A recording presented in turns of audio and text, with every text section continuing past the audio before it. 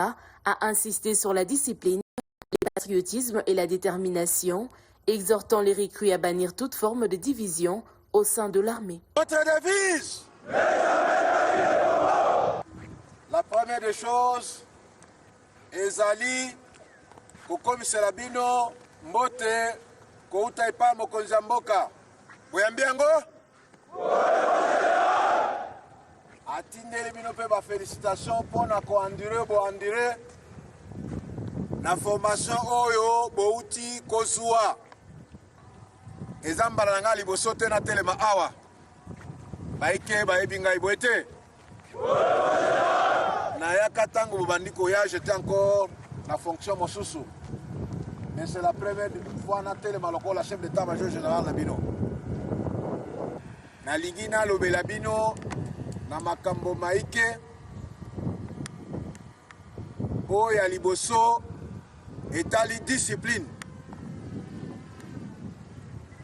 Nakanisi tout au long ya formation na bino kobanda mokolo ya liboso bokotaka awa ti lelo barapelaka bino kaka banotion ya discipline boyete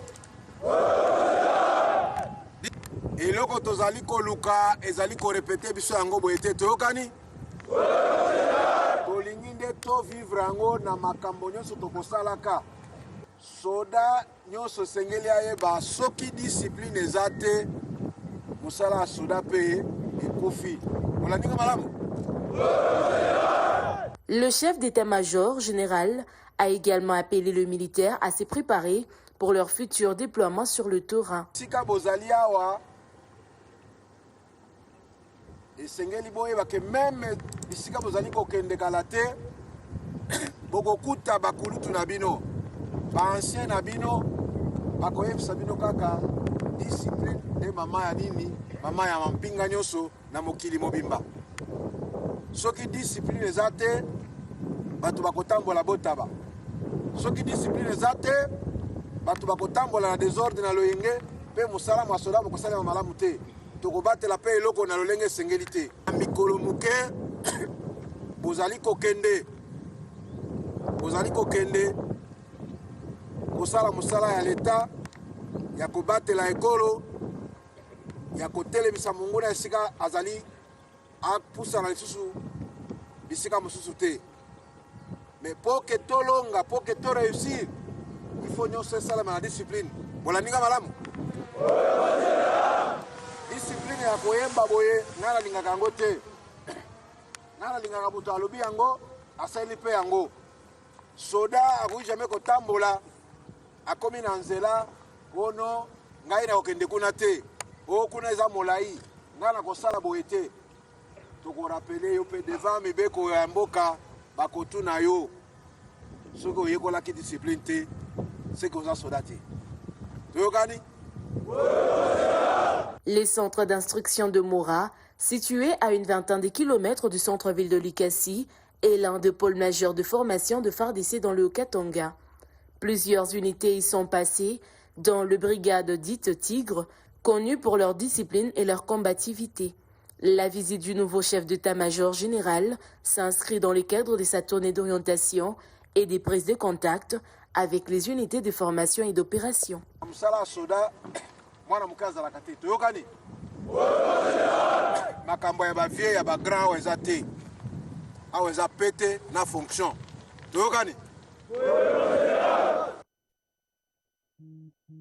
Makambo chef d'état-major général à FARDC sauti kolobela kisi ete Congolais nyonso esika ozali soki lobi omoni etuluku ya basoda bazali koleka kobanga te déploiement ezali kobanda chef MG auti koloba yango ba militaire bakokende na ba différents théâtres des opérations esika kimia ezali na esika kimia esengeli ezala restaurer parce que tozala misala mibale ya kosala mosala tosala kawa ezali koloba na Congolais ete esika yo ozali place kimia ezali batela yango esika kimia ezangi contribuer po tozongisa yango nde mosala tozali kosala mikolo nyonso kasi kuna na Beni ba jeune 10 bazalaki arrêté par erreur parce que soupçonné comme étant bateau à M23 nazali ko rappeler awa ete bomonaki lobby tolekisaki elenge moko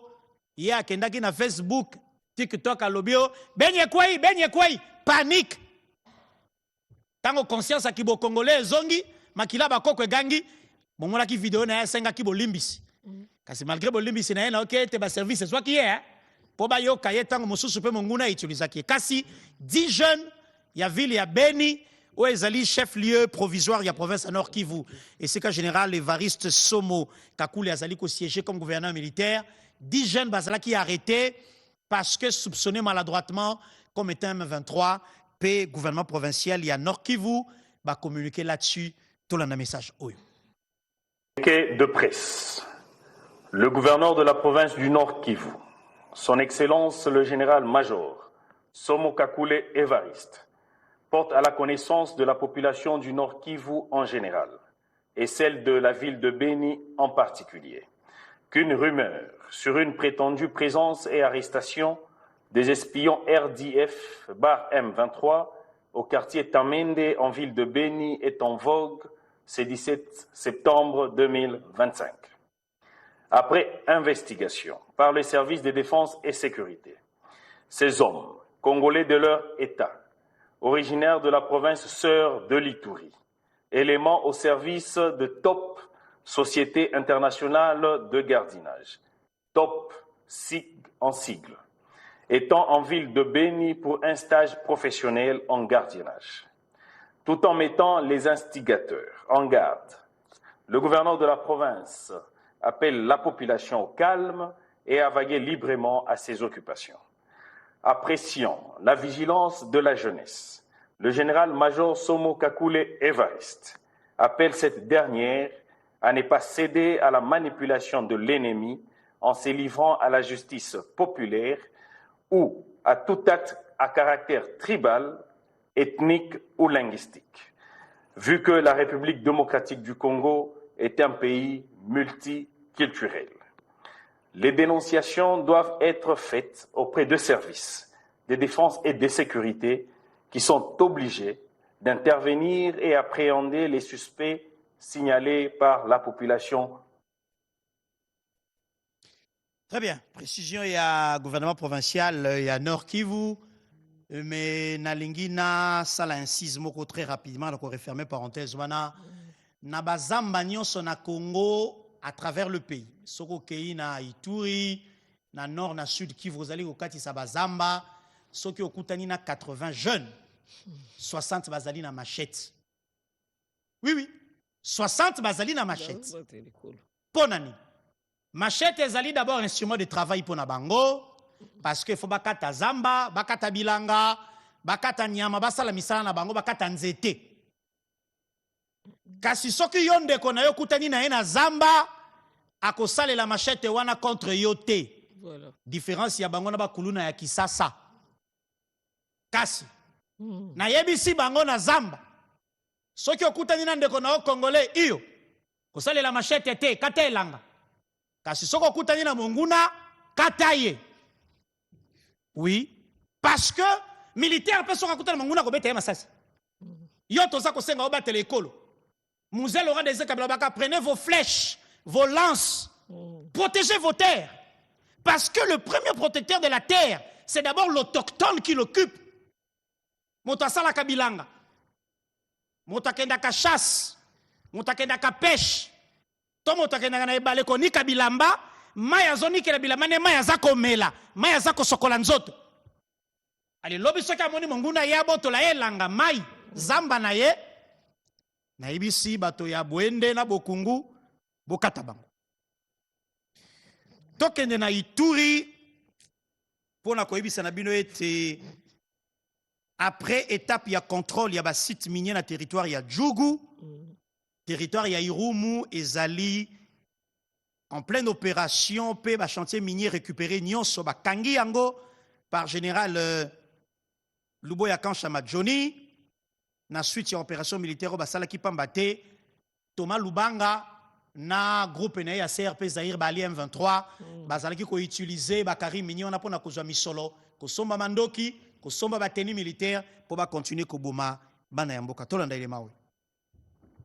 sites miniers en groupement Baboabokoé en territoire d'Irumu ont été contrôlés par la commission des réglementations mise en place par les gouvernants militaires après la restauration de l'autorité de l'État dans cette partie de l'Ituri. Objectif, palper du doigt les niveaux de dégradation environnementale causés par ces exploitations, récolter les statistiques des productions dans les mesures de traçabilité des produits miniers. Primo, site dénommé mondial dans la région des centrales Solenyama. Segundo, Kinama.